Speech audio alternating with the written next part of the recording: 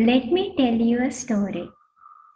Once upon a time, a child in a rural village picked up a box.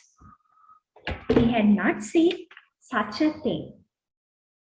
For his amazement, this rectangular box produced some sound, but he could not understand anything of that sound. He turned it around, and tried to press some buttons of that box. Then the sound turned into worse noise. He did not know how to get rid of the noise or to stop the disturbing noise. So what he did was, he went to the furthest corner of his village and threw it down from a hilltop.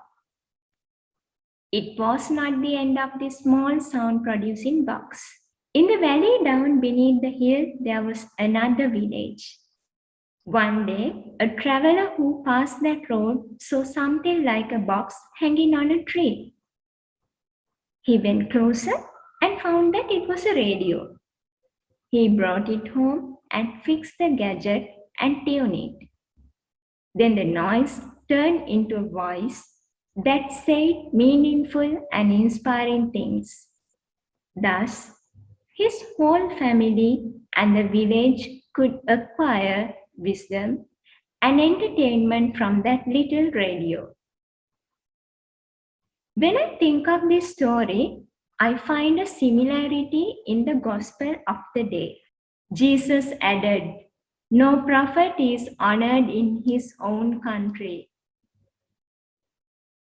On hearing these words, the whole assembly became indignant. They rose up and brought him out of the town to the edge of the hill on which Nazareth is built, intending to throw him down the cliff.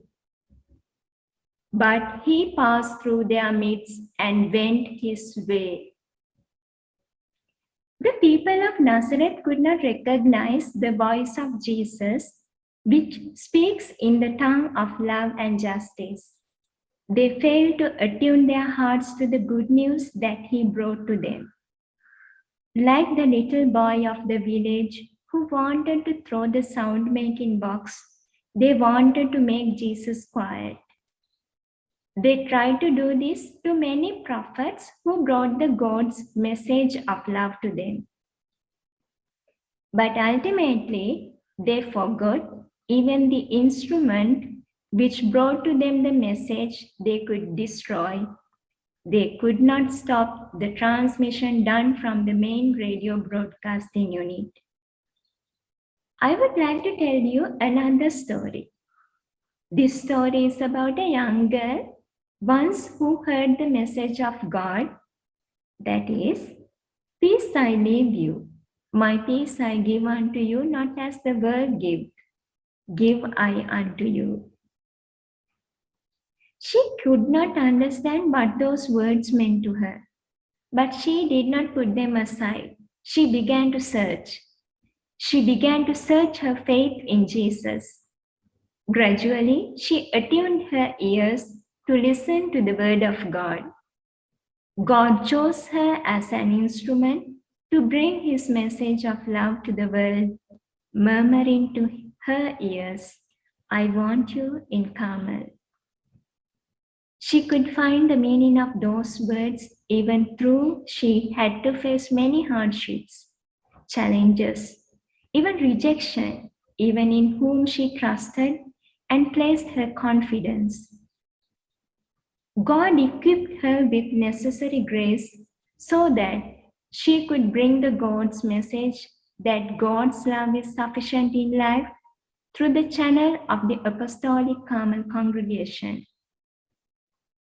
That is our congregation and who we are today. And I narrated you the story in simple form of this girl is not a character in any fancy story, but a real character who lived on earth. She's our foundress, Mother Veronica. So let us ask God's grace on this day to attune our ears to his good news and to trust that God promises us resurrection when we die in Jesus. In my life too, in my just begun journey of vocation, I too heard his voice when he called me to the garden of Apostolic Carmel. There were moments I was eager to tune my ears to his voice. There were moments that I could not figure out what his message to my life.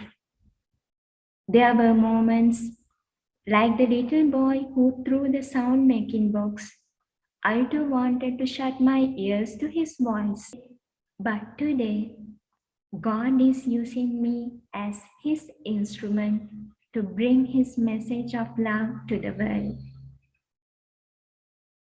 I give glory and praise for filling me with his inspiration to bring this message of love.